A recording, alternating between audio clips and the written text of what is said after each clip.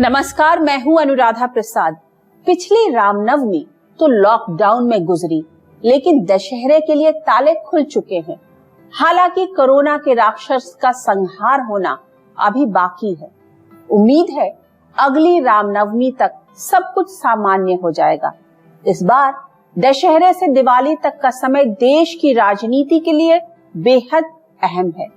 केंद्र सरकार को उम्मीद है कि त्योहारों के मौसम में 6 महीने की मायूसी दूर होगी और बिहार में एक बार फिर एनडीए की सरकार बनेगी। दूसरी ओर विपक्ष को लगता है कि 6 महीने का जनता का दर्द और सरकार की खामियां उसे सत्ता तक पहुंचाने का रास्ता आसान बनाएंगे। जनता के दिल में क्या है, ये दिवाली के ठीक पहले 10 नवंबर को पता चलेगा। 10 नवंबर के नतीजों से दिल्ली में मोदी सरकार की कामयाबी या नाकामी का आकलन भी होगा, क्योंकि सत्ता के केंद्र में रहना बिहार की आदत रही है। आज बात करेंगे दिल्ली और पटना के इसी राजनीतिक रिश्ते की। 40 साल पहले कैसे बिहार और केंद्र की राजनीति ने दोनों जगह खलबली मचाई थी और कैसे उस राजनीति ने दिल्ली और पटना दोनों जगह सत्ता का एक नया रास्ता बनाया था। आज बात इमरजेंसी के बाद की राजनीति की।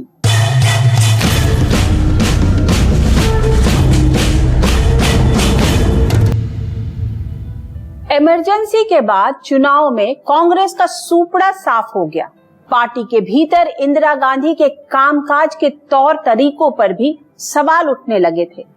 बुझे मन से इंदिरा गांधी का ज्यादा वक्त इस सोच में बीत रहा था कि कांग्रेस को दोबारा कैसे खड़ा किया जाए। दूसरी ओर केंद्र की सत्ता में ऐसे लोग भी थे जिन्हें आंदोलन और विरोध प्रदर्शन का तो अनुभव था, लेकिन सरकार चलाने का नहीं। कुर्सी के लिए आपस में जोर आजमाइश भी जारी थी। सत्ता के लिए दंगल के बीच आम आदमी की समस्याएं ज्यों की त्यों थी। महंगाई चरम पर थी और सामान्य मिडिल क्लास को मुश्किल से 2 वक्त की दाल रोटी भी मयस्सर नहीं हो पा रही थी।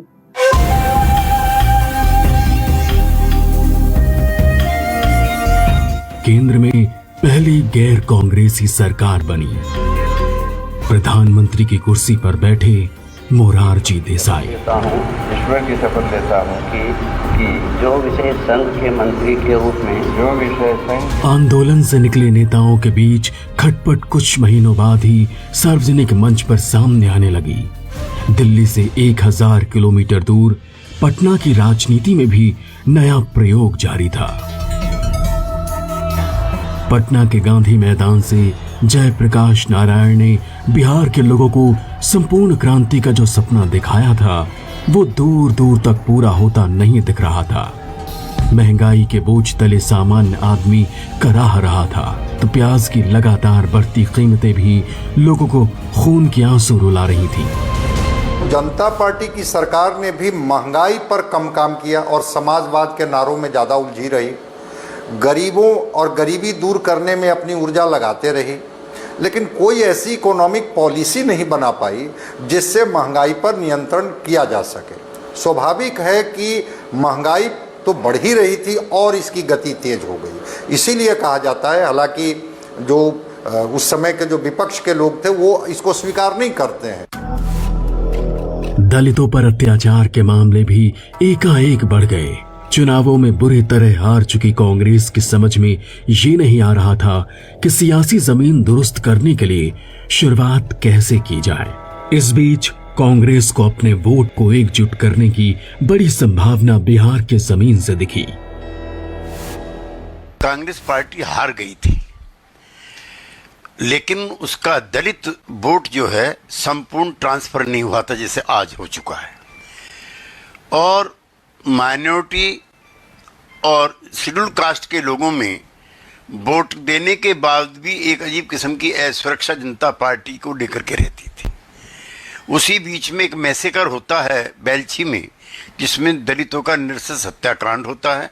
मिसेस गांधी जाकर के मरहम लगाने का काम करती हैं और उसके बाद देश में एक बार पुनः कांग्रेस पार्टी के पक्ष में वातावरण बनने का काम शुरू होता है। 22 मई 1977 को तब पटना जिले के बेलछी में दलितों का नरसंहार हुआ। इतनी निर्दयता से दलितों की हत्या की गई थी कि कुछ घंटों में ही बेलछी का नाम पूरे देश की जुबान पर चढ़ गया।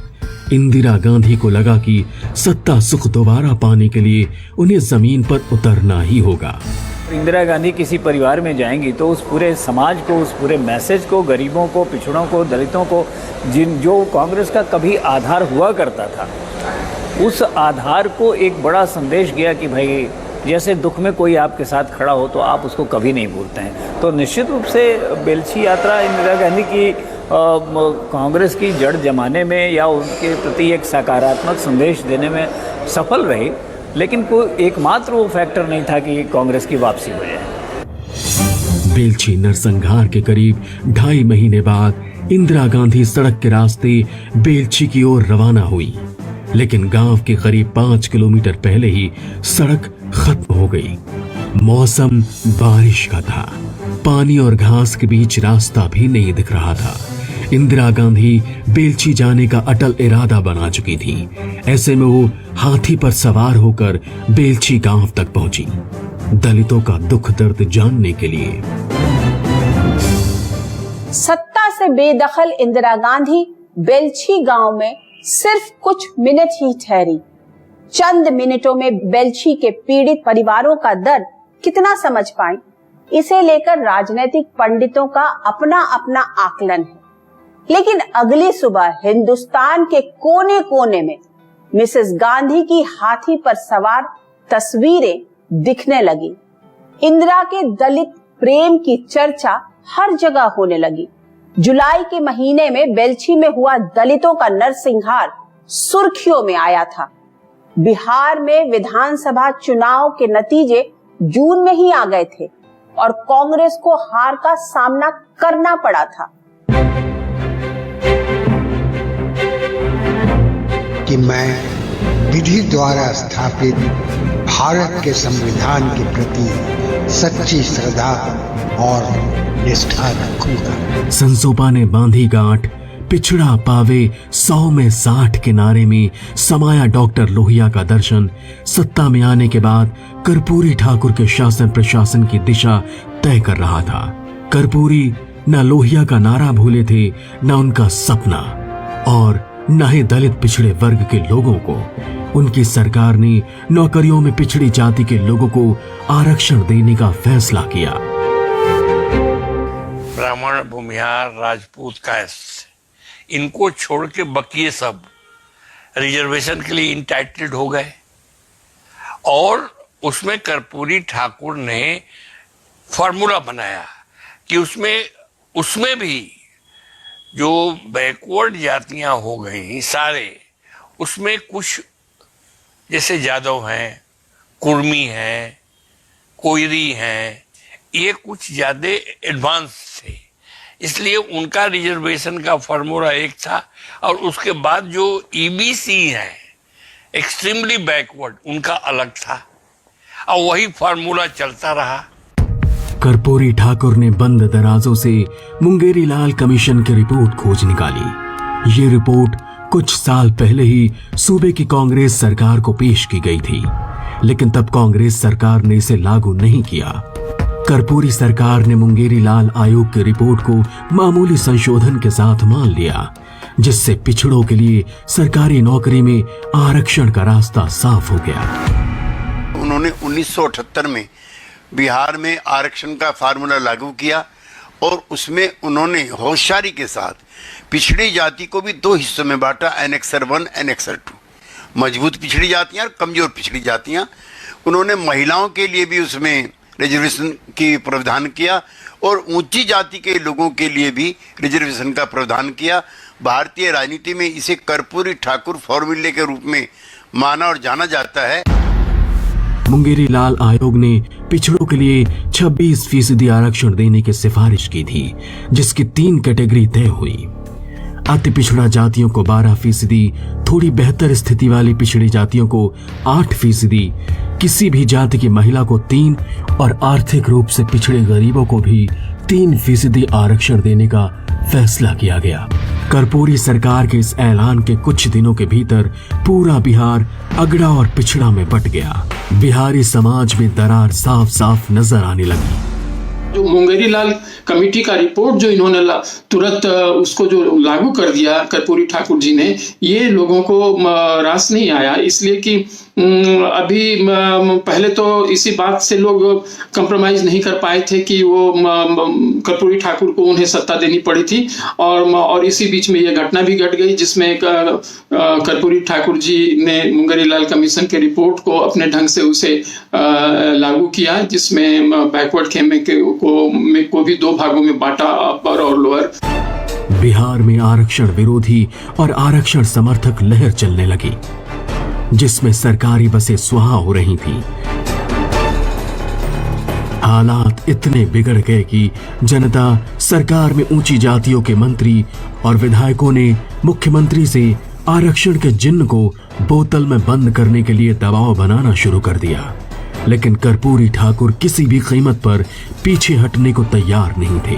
कहा जाता है कि तब उनके मंत्रियों ने ही उन्हें मुख्यमंत्री की कुर्सी से बेदखल करने के लिए मोर्चा खोल दिया।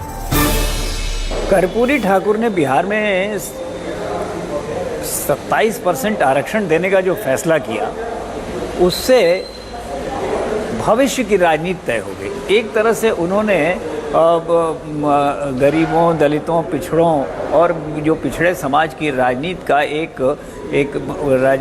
इस राजनीति का इतना बड़ा आधार स्तंभ रख दिया उस फैसले से कि अब बाद की राजनीति उसी पर अपनी इमारत बना रही है। और आज भी, और उसी का एक एक्सटेंशन है, नेशनल एक्सटेंशन है मंडल आयोग। तब दिल्ली में भी जनता पार्टी की ही सरकार थी। मोरारजी देसाई सरकार ने बीपी मंडल की अगुवाई में एक आयोग बना दिया। वही बीपी मंडल जो कभी बिहार की पहली गैर कांग्रेसी सरकार में दो फाड़ के लिए दिल्ली से पटना की राजनीति में गए थे। कुछ दिनों तक मुख्यमंत्री भी रहे। बिहार के सीएम के रूप में तो उन्हें कभी पहचान बनाने का मौका नहीं मिला, लेकिन अब उन्हें हिंदुस्तान के नक्शे पर बड़ी पहचान मिलने वाली थी। आयोग के अध्यक्ष के रूप में मंडल को काम मिला सामाजिक और आर्थिक रूप से पिछड़ों की पहचान करने का। कर्पूरी ठाकुर ने जब पिछड़ों को आरक्षण देने का फैसला किया तो उनका सूबे के अभिजात्य वर्ग यानी पावर एलीट ने कड़ा विरोध किया।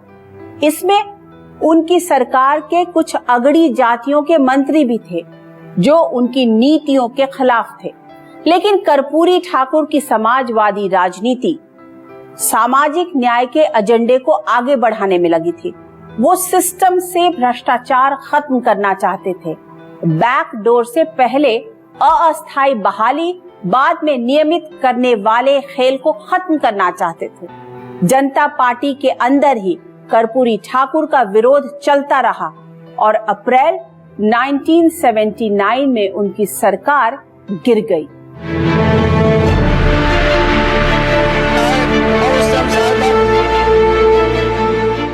साल 1979 के खत्म होते होते जनता पार्टी कई खेमे में बट चुकी थी। सभी खेमे अपने अपने हिसाब से सरकार के लगाम खींचने में लगे थे। सत्ता के लिए जो संग्राम सवर्णों यानी ऊंची जातियों में था, वही अब धीरे धीरे दलितों और पिछड़ों में भी शुरू हो गया। कर्पूरी ठाकुर के खिलाफ अगड़ी जातियों की लामबंदी में राम सुंदर दास की किस्मत का दरवाजा खुल गया। अगड़ी जातियों के समर्थन से वो मुख्यमंत्री की कुर्सी पर पहुंच गए। कर्पूरी ठाकुर को हटाने के लिए अगड़ी जातियों के महारथियों ने राम सुंदर दास को मुख्यमंत्री की कुर्सी पर तो बिठा दिया, लेकिन सीएम की कुर्सी के लिए जोड़ तोड़ लगातार चलता रहा। तो दिल्ली में भी जनता सरकार में हुए दंगल को पूरे देश ने देखा। जनता सरकार में उप प्रधानमंत्री चौधरी चरण सिंह ने कुछ मंत्रियों की दोहरी सदस्यता का सवाल उठाया, जो जनसंघ के भी सदस्य थे। इसी मुद्दे पर चरण सिंह ने सरकार से समर्थन वापस ले लिया। 18 महीने में ही मोरारजी देसाई की सरकार गिर गई। जनता पार्टी में अलग अलग विचारधारा के लोगों का समायोजन हुआ था। मोरारजी देसाई खाटी कांग्रेसी थे, दूसरी तरफ मधुली में मधु दंडवते, जॉर्ज फर्नांडिस जैसे लोग जो थे वो समाजवादी पृष्ठभूमि से थे। जनसंघ की पृष्ठभूमि से अटल जी थे, आडवाणी जी थे, नानाजी देशमुख थे, ये जनसंघ की पृष्ठभूमि से थे। बाद में कांग्रेस से बगावत करके जो चौधरी चरण सिंह वगैरह आए, युवा तुर्क जो चंद्रशेखर कहे जाते थे, तो इन लोगों की जमायत थी और अलग अलग कुर्सी को लेकर के खींचतान शुरू हो गई थी। ऐसे में इंदिरा गांधी ने बिहार की सियासी जमीन पर अपने टेस्टेड फॉर्मूले को फिर आजमाया। चरण सिंह को समर्थन देकर उन्हें प्रधानमंत्री की कुर्सी पर बिठा दिया, लेकिन उनकी सरकार की लाइफलाइन कांग्रेस के हाथों में थी। लेकिन 4 महीने बाद ही कांग्रेस ने समर्थन खींच लिया। जिस तरह से जनता पार्टी के भीतर जो जनसंघ और समाजवादियों का जो खेमा था, इन दोनों खेमों के बीच जिस तरह से खींचतान शुरू हुई और लोगों ने वो दोहरी सदस्यता का मुद्दा उठाया, इससे सरकार की सरकार अस्थिर हो गई और लोगों को लगा कि साहब हमने जिन उम्मीदों के साथ जनता पार्टी की सरकार बनाई थी वो उम्मीद पर खरे नहीं उतरे। दिल्ली में प्रधानमंत्री की कुर्सी के लिए जनता पार्टी के भीतर दंगल को पूरा देश देख चुका था। लोकसभा चुनाव हुए, जनता ने फैसला सुनाया, कांग्रेस की प्रचंड बहुमत के साथ केंद्र की सत्ता में वापसी हुई। कांग्रेस की राजनीति पुराने ढर्रे पर ही चलती रही। सत्ता में आते ही कांग्रेस ने बिहार की रामसुंदर दास सरकार को बर्खास्त कर दिया। बेलछी दौरे के बाद से इंदिरा गांधी ने अपनी खोई जमीन को वापस पाने का रास्ता तैयार कर लिया था। 2.5 साल के अंदर ही इंदिरा की केंद्र की सत्ता में वापसी हो गई और बिहार भी एक बार फिर कांग्रेस को मिल गया। 1980 में हुए विधानसभा चुनाव में कांग्रेस को 169 सीटें मिली, मतलब सरकार बनाने के लिए पूर्ण बहुमत। ये चुनाव लालू प्रसाद यादव के लिए भी बहुत अहम था। दरअसल लालू यादव 1980 में लोकसभा चुनाव हार गए। ऐसे में उन्होंने विधानसभा चुनाव में अपनी किस्मत आजमाई और सोनपुर सीट से बिहार विधानसभा पहुंच गए अपनी नई भूमिका के लिए। उस दौर में बिहार की सियासत में डॉक्टर जगन्नाथ मिश्र की तूती बोलती थी। जगन्नाथ मिश्र फिर बिहार के मुख्यमंत्री के कुर्सी पर बैठे। बदले सियासी मिजाज में भी कांग्रेस की नजर ब्राह्मण, दलित और मुसलमान वोटर्स पर थी। जगन्नाथ मिश्रा ने सत्ता का समीकरण साधने के लिए उर्दू को बिहार की दूसरी सरकारी भाषा बना दिया। सूबे की राजनीति और सिस्टम पर पकड़ मजबूत करने के लिए अर्थशास्त्र में पीएचडी जगन्नाथ मिश्र ने राजनीति का हर दांव आजमाया। कुछ ही महीनों में पूरे बिहार में मिश्र का कद बहुत ऊंचा हो गया। जगन्नाथ मिश्रा तो एकदम पराकाष्ठा पहुंच गया ना। जगन्नाथ मिश्रा के रिजीम में करप्शन एंड रॉन्ग डिसीजंस जैसे बिहार के एजुकेशन को समाप्त कर दिया, वो जगन्नाथ मिश्रा की देन है। कांग्रेस के भीतर एक नए तरह के क्षत्रप का उदय हो रहा था, जो दिल्ली की बात एक कान से सुनने और दूसरे कान से निकालने की नीति पर आगे बढ़ रहा था। सूबे के अखबारों में जगन्नाथ सरकार से जुड़ी खबरें लगातार सुर्खियां बन रही थी।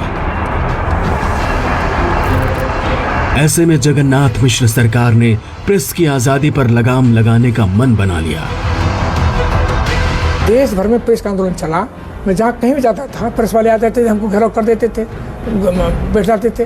मैं दिल्ली जाऊँ, बम्बई जाऊँ, मद्रास जाऊँ, इलाहाबाद जाऊँ, हर जगह प्रेस वाले हाजिर हैं। तो मैंने विधानसभा में जाकर देखा, एक विधानसभा में मैंने बयान दिया, हमारा बयान देखने लायक असेंबली का। मैंने लिखा कि लोकतंत्र क्या चीज़ है उसको मैं महसूस करता हूँ। मैंने अच्छे इरादे से कानून बनाए थे, लेकिन देश की जनता को पसंद नहीं है, इसलिए मैं लोकतंत्र प्रति नतमस्तक होता हूँ। इस विधेयक को वापस कर पाया। जगन्नाथ मिश्र सरकार के प्रेस बिल का बिहार में जमकर विरोध हुआ। बाद में उनकी सरकार ने इस बिल को वापस ले लिया। तब तक दिल्ली की राजनीति में राजीव गांधी की एंट्री हो चुकी थी।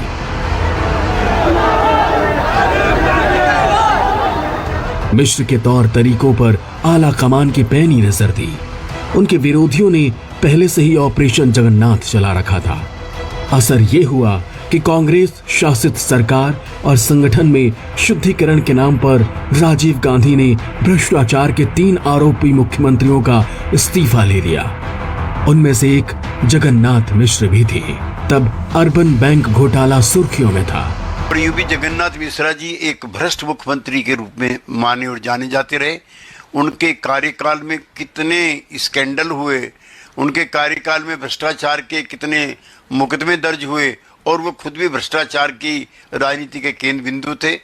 दूसरा, जो पिछड़ी जातियों का सशक्तिकरण कर्पूरी जी के नेतृत्व में शुरू हुआ था, उसको भी धक्का लगा, और वो संपूर्ण तौर पर एक पिछड़ी विरोधी, गरीब विरोधी सरकार थी। जबरन मुख्यमंत्री की कुर्सी से हटाया जाना मिश्र को चैन से सोने नहीं दे रहा था। इस पारी में डॉक्टर जगन्नाथ मिश्र 3 साल 67 दिन मुख्यमंत्री की कुर्सी पर रहे और 1983 में 15 अगस्त को पटना के ऐतिहासिक गांधी मैदान में तिरंगा फहराते फहराते रह गए। डॉक्टर मिश्र के विरोधियों ने दिल्ली में उनके खिलाफ बहुत पहले से मोर्चा खोल रखा था। आला कमान ने उन्हें दिल्ली तलब किया। 14 अगस्त 1983 को पटना लौटते ही डॉक्टर मिश्र ने अपना इस्तीफा गवर्नर को सौंप दिया। चंद्रशेखर सिंह की किस्मत के बंद दरवाजे खुल गए। सत्ता से बेदखल किए जाने के बाद डॉक्टर मिश्र ने नई राह पकड़ी, बगावत की राह, खुद को मजबूत करने की राह। उस दौर में युवाओं को भी लगने लगा था कि उनके सपनों को बिहार में रहते परवाज नहीं मिल सकता। ऐसे में बेहतर पढ़ाई और करियर के लिए बिहार के छात्रों ने दिल्ली और दूसरे शहरों के लिए ट्रेन पकड़नी शुरू कर दी। इसकी बड़ी वजह बनी सूबे के यूनिवर्सिटी कैंपस में पढ़ाई कम होना और सियासत ज्यादा। सेशन लेट होने की वजह से नौजवानों का साल बर्बाद हो रहा था, सो अलग।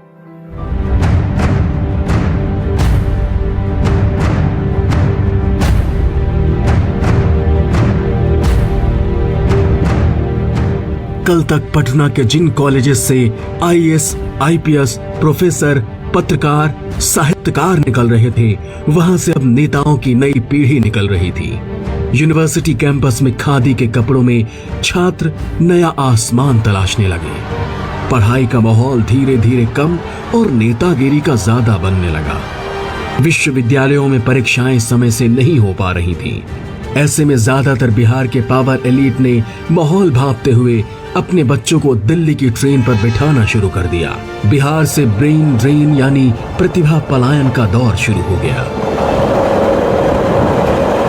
ब्रेन ड्रेन की बात है तो एक छोटा सा उदाहरण इसके लिए दिया जाता है कि जगन्नाथ मिश्रा जी ने जो पीएचडी की थी, तो जो थेसिस जिन्होंने इनकी थेसिस लिखी थी, तो कहा जाता है कि उनको कई तरीके से उपकृत किया गया था। उनको पहले सोशल साइंस जो इंस्टीट्यूशन था उसका डायरेक्टर बनाया गया, बाद में उनको बिहार विधान परिषद की सदस्यता दी गई।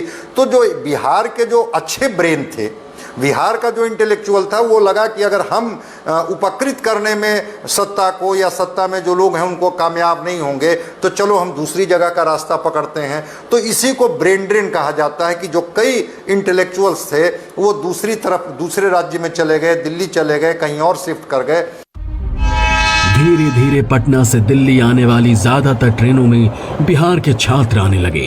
कोई दिल्ली यूनिवर्सिटी या जवाहरलाल नेहरू यूनिवर्सिटी में एडमिशन की ख्वाहिश लेकर आता, तो कुछ आईएएस, आईपीएस बनने का सपना संजोए ट्रेन पकड़ लेते। दिल्ली यूनिवर्सिटी और जेएनयू के आसपास के कुछ इलाके तो बिहार से आने वाले छात्रों की खास पसंद बन गए। पहले सैकड़ों में, फिर हजारों में हर साल बिहार के होनहार छात्र दूसरे राज्यों की ट्रेन पकड़ने लगे। लालू कहा करता था कि रोड की क्या जरूरत है, हमारे लोगों के पास न कार है, न स्कूटर है, न मोटरसाइकिल है, वो पैदल चलते हैं, रोडों की क्या जरूरत है। तो रिजल्ट था कि अंधकार युग में बिहार की लंबी हिस्ट्री जो रही ये 30-35 साल की, वो अंधकार युग की रही। इसलिए गरीबी बढ़ती गई, पिछड़ापन बढ़ता गया, क्राइम बढ़ता गया और पलायन होता रहा वहां से। आंखों में बेहतर भविष्य का सपना लिए जो होनहार छात्र बिहार से बाहर निकले, उनमें से बहुत कम ही वापस लौटते हैं। दूसरे राज्यों में खड़ी बड़ी बड़ी फैक्ट्रियां बिहार के मेहनती लोगों के पसीने और हुनर से फल फूल रही हैं। कोरोना काल में लॉकडाउन की वजह से जब प्रवासी मजदूरों को वापस पैदल लौटना पड़ा, तो बिहार के लोगों ने महसूस किया कि अगर सूबे में फैक्ट्रियां होती तो शायद ऐसे दिन ना देखने पड़ते। उनके अपनों को इस तरह से मजबूर होकर पैदल वापस नहीं लौटना पड़ता। डिजिटल क्रांति ने पूरी दुनिया को एक सूत्र में जोड़ दिया है। बिहार के नौजवान भी सोचते हैं कि क्या कभी ऐसा दिन भी आएगा जब महाराष्ट्र के युवा, गुजरात के युवा बिहार में नौकरी के लिए आएंगे, बिहार में पढ़ाई के लिए दूसरे राज्यों से भी छात्र आएंगे, जैसे यहाँ यानी बिहार के छात्र दूसरे राज्यों में जाते हैं। इस सवाल का जवाब भविष्य के गर्भ में है। इतिहास गवाह है। बिहार स्पेशल के इस एपिसोड में बस इतना ही। कल मैं आपको बताऊंगी कि सत्ता का स्वाद चख चुके डॉक्टर जगन्नाथ मिश्र मुख्यमंत्री की कुर्सी से बेदखल होने के बाद किस तिकड़म में लग गए थे। तब तक के लिए मुझे दीजिए इजाजत और निष्पक्ष खबरों और सटीक विश्लेषण के लिए आप देखते रहिए न्यूज़ 24। नमस्कार।